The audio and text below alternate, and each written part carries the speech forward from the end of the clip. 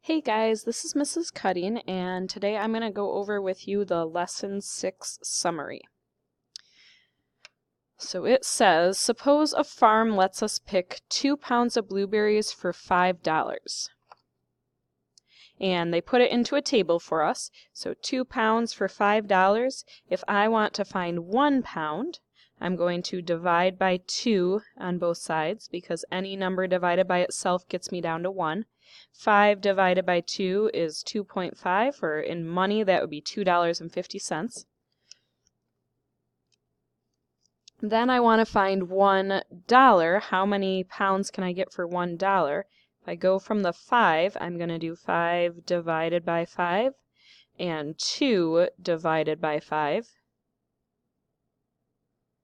which gives me 4/10. And then it says we get blank of a pound of blueberries per dollar.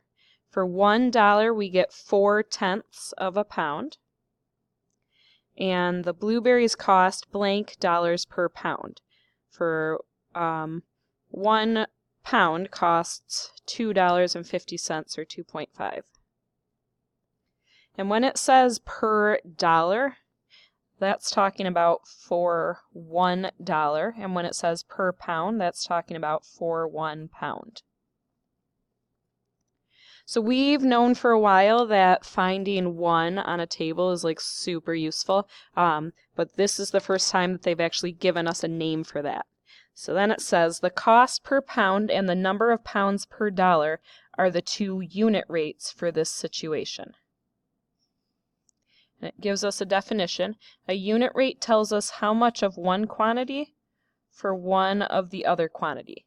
So here our unit rate tells us 4/10 of a pound for $1 and $2.5 for 1 pound. So that unit rate tells us how much of the first thing for 1 of the second thing. So then we're still dealing with the 2 pounds for $5, the same situation. If we want to find out how much 8 pounds of blueberries will cost, it helps us to know how much 1 pound of blueberries will cost.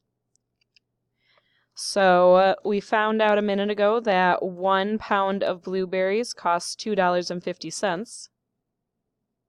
So then to find 8, all I'm going to have to do is times 8 times 8, which gives me $20. Then, if we want to find out how many pounds we can buy for $10, it helps us to know how many pounds we can buy for $1. So we found out a minute ago that for $1 we can buy 4/10 of a pound. And it's a pretty smooth jump to get from 1 to 10. We're just going to do times 10 and times 10. 4/10 times 10 just gives us 4. So when I wanted to find 8 pounds, I wanted to use the unit rate that showed me 1 pound. When I wanted to find $10, I wanted to use the unit rate that showed me $1. So let's say that now I want to figure out how many dollars for 57 pounds. So I'm going to set up my table. I have pounds and dollars, and I'm going to skip my first row for a second. I want 57 pounds. If I were to use my this unit rate, so I know that for $1 I can buy 4/10 of a pound, that doesn't really help me because I don't know how to get from 4/10 to 57. Having a 1 on this other side isn't actually going to help me. So I wrote that in pencil, so I can erase it and try again. If I use this unit rate where I have 1 pound and $2.5, now I can go from 1 to 57. I know all my 1s. 1 times 57 gives me 57. So then on this side, I would just need to do $2.50 times 57. which is $142.50. So if the